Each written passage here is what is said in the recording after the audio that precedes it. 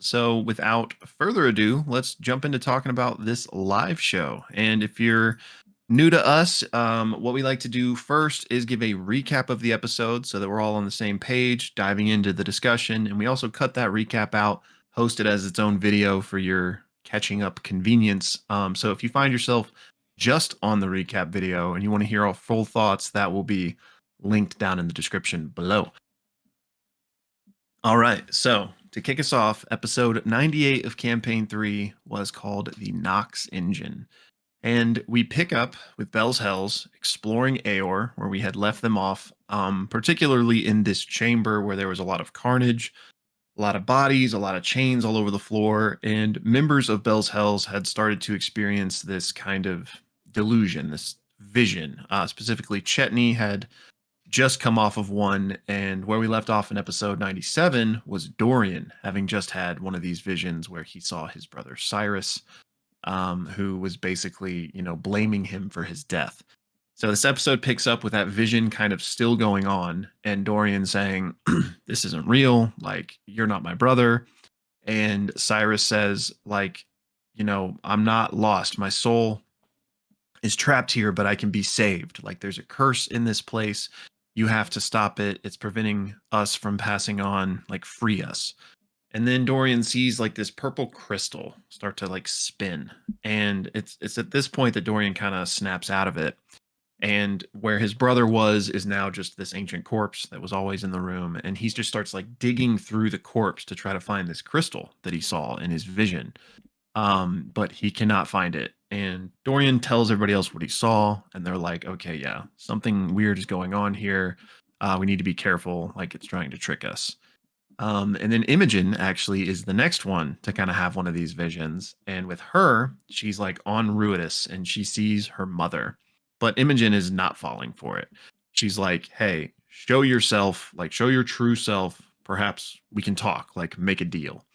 But Liliana doesn't really engage with that and instead says like, "You must destroy the pinion, like it's the only way." And it's at this point that Imogen snaps out of it, tells the others, and they're like, "Yeah, this thing really wants this crystal to be destroyed, but is this a good idea or a bad idea? Like, what would Ludinus want here? Like, does he want the Dominox trapped? And if we let it out, would that be like a good thing for us? Maybe we could pit the Dominox against Ludinus." And they're kind of discussing these ideas while further investigating around them. And they go into one of the adjacent rooms, and it's like this testing lab that they come to find out there are runes on these tables that were like protective while they were experimenting on things. And in this room, in a barrel, basically, they find this old armor where presumably what they glean is that like this barrel had been used to like disintegrate stuff, someone perhaps, and then this cloak was like the only thing that managed to survive. So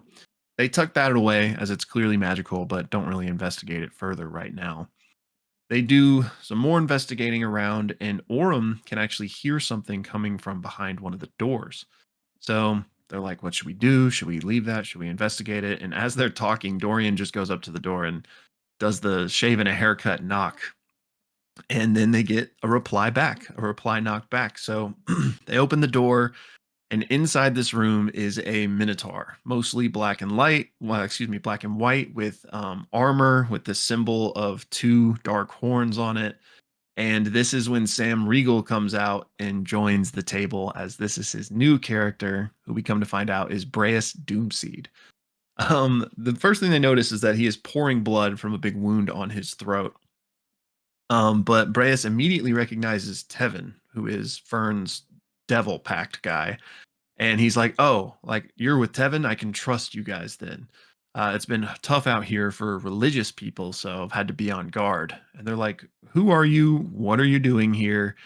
And it's funny because Braius basically explains everything about the main campaign to them. Like, "Oh, I'm here for Ludinus. He created this thing called the Bloody Bridge."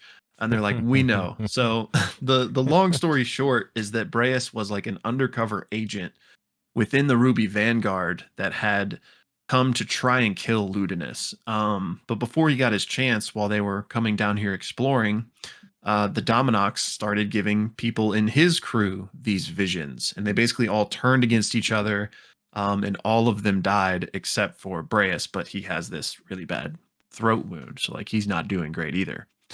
Um, so I think it's at this point that Dorian actually heals Braius a little bit, and they're trying to decide like if they can trust this guy, and they're like, who's your god? And he's reluctant to share because he's like, I don't really know if I can trust you guys. And as they continue talking, Ashton now has one of these visions, and in his vision it's like the dismembered FCG crawling towards him and blaming him for what happened.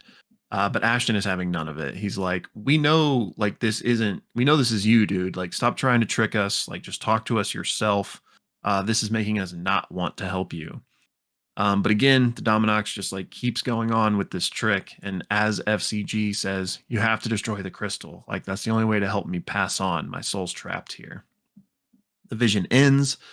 Ashton tells the rest of them. And once again, Laudna's like, okay, but Braius, which god do you serve? And he says, the Platinum Dragon. And he rolls like really high on his deception or persuasion. So they basically have to believe him. And a little side note is that Braius is basically flirting with everyone he gets the chance to, and he is fanboying over Tevin.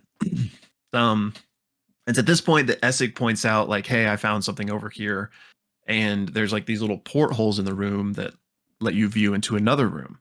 And that other room is the engine room. And inside there is this purple floating crystal that they've been seeing in their visions. So they ultimately make their way into this room. And when they do, the door like shuts behind them. And inside there's like this apparition of a little girl, which is like the form the Dominox is taking now. And she's speaking inside all of their minds. And basically what happens next for like the next 30-45 minutes is a lot of back and forth, a lot of negotiating where like they're trying to decide, can they trust the Dominox? Would it be a good idea to free it just to like have it go against lewdness? And a lot of back and forth. In this engine room where they're locked in, by the way, there is another door on the other side, and Chetney goes to like investigate this. And as soon as he moves, the Dominox like hurls a chain and impales Chetney and drags him up to her. And he's like, okay. So Chetney then like tries to make a deal with the Dominox, saying like, I'll free you, just like let me go, and we'll figure this out. And so the Dominox does, and then transforms into her true form, which is like this grotesque, massive demon that has another head on the end of its tail. And it basically lifts Chetney up to where this purple crystal is so that he can get to it and destroy it. Orem uses all that happening as a distraction to go once again to that door and try to open it, but it's locked. And the Dominox sees this with his tail head and is like, you lied to me. Like, what are you guys doing? And basically at that point things just pop off. So we're gonna roll initiative, but the last thing that happens is Laudna decides to cast Animate Object on the locked door, and that's where we go to break for the first half. Yeah, great job, man. So the second half of the live show is pretty much entirely combat. And if you haven't checked out our channel before, we typically just hit the high notes in combat. There's a few pretty funny things that happen in this combat session. First of all, Braius, still flirtatious, is absolutely trying to earn the respect of Tevin, who Tevin, by the way, is being your stereotypical high-level paladin. I think his first attack is like a divine smite for like 60 plus damage. Braius, by the way, later in combat's also going to try to do a divine smite, but it's only like 20 or 30 damage. But basically asks Tevin to put in a good word, like with the boss for him. There's also a point where Braius also admits, to the surprise of no one, that he does not actually represent the Platinum Dragon, but that he actually represents Asmodeus, the Lord of the Hells. Some other things that happen in this combat. Chetney's going to get rechained, reimpaled again. And there's ultimately like this back and forth discussion on like, should we destroy this crystal or not? Like, is that what we're supposed to do? Like, what would Ludinus want? There's pretty much a lot of what are we doing, everybody, during this combat. Laudna, who's animated the door eventually is going to be opened, and behind that door is going to be a hallway, which Laudna is going to see a shadowy figure at the end of it. And upon inspecting further, this is the Ludnus Deleth, who is rushing out from the hallway. Ludnus rushes past her. Laudna doesn't attack, just is kind of like, what's happening? And Ludnus is basically telling them, like, help me defeat the demon, which Laudna then's like, oh, well, if Ludnus is pro defeat the demon, then we should be anti-Ludnus. So then she calls out, hey, destroy the crystal, set the demon free. But again, everyone's like, wait, what? Like, what are we doing? Combat continues. There's a moment where Chetney actually, Imogen does telekinesis on Chetney and tries to throw him down the hallway into like a place of safety, which being chained to the demon actually pulls the demon closer to the door as well. But this is not before Chetney actually takes the pinion, the crystal, and stuffs it into the bag of holding. And then casts invisibility on himself so he can just sort of like hide in the hallway away from all danger. Ludnus is going to fly up in the air and is going to cast Gate, and he opens a portal to the what's it called? Abyss. The Abyss. Thank you. To the Abyss, and as we know, and as he shares with us, if the Dominox dies in the Abyss, he dies permanently. So begins to try to convince the party to help push him into the Abyss and slay him. Again, the party isn't really sure what they want to do. So there's some interesting roles of people like trying to, I think Imogen maybe tried to cast like a lightning bolt on Ludnus, or maybe it was on the Dominox. And then also Fern is going to try to cast polymorph on Ludnus. But it fails. We also find out Ludnus actually has resistance to all spell effects on him, by the way. Or I shouldn't say resistance, has advantage against all of them, which is a pretty powerful modifier. And we also do get a second round of the Laudna counterspells Ludnus moment, where I think Ludnus tries to counterspell someone, and then Laudna then counterspells him. Which was a great callback to that happening earlier in the campaign, their last interaction. Yeah. All that to say, I think it's Ashton who eventually pushes the Dominox into the Abyss. They do the final blows, and they do, in fact, kill the Dominox and destroy it completely. And then they're kind of like, okay, what do we do now? And Ludnus is like, hey, I'm just here to talk. In fact, I want to show you something.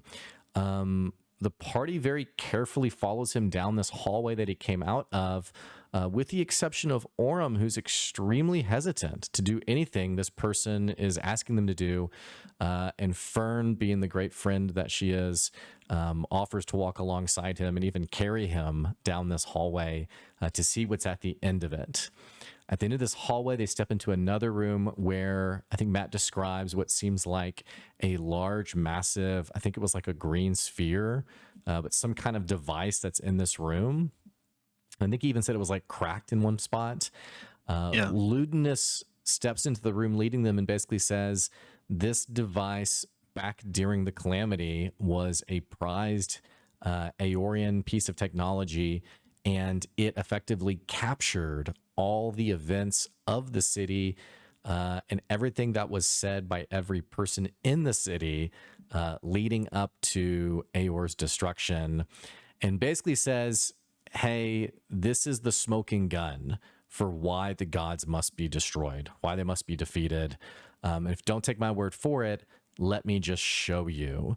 And he puts his hand on the device, and I think it begins like to diffuse this energy or smoke, which covers the cast. Then Matt gets up from the table. The Brennan Lee Mulligan walks out.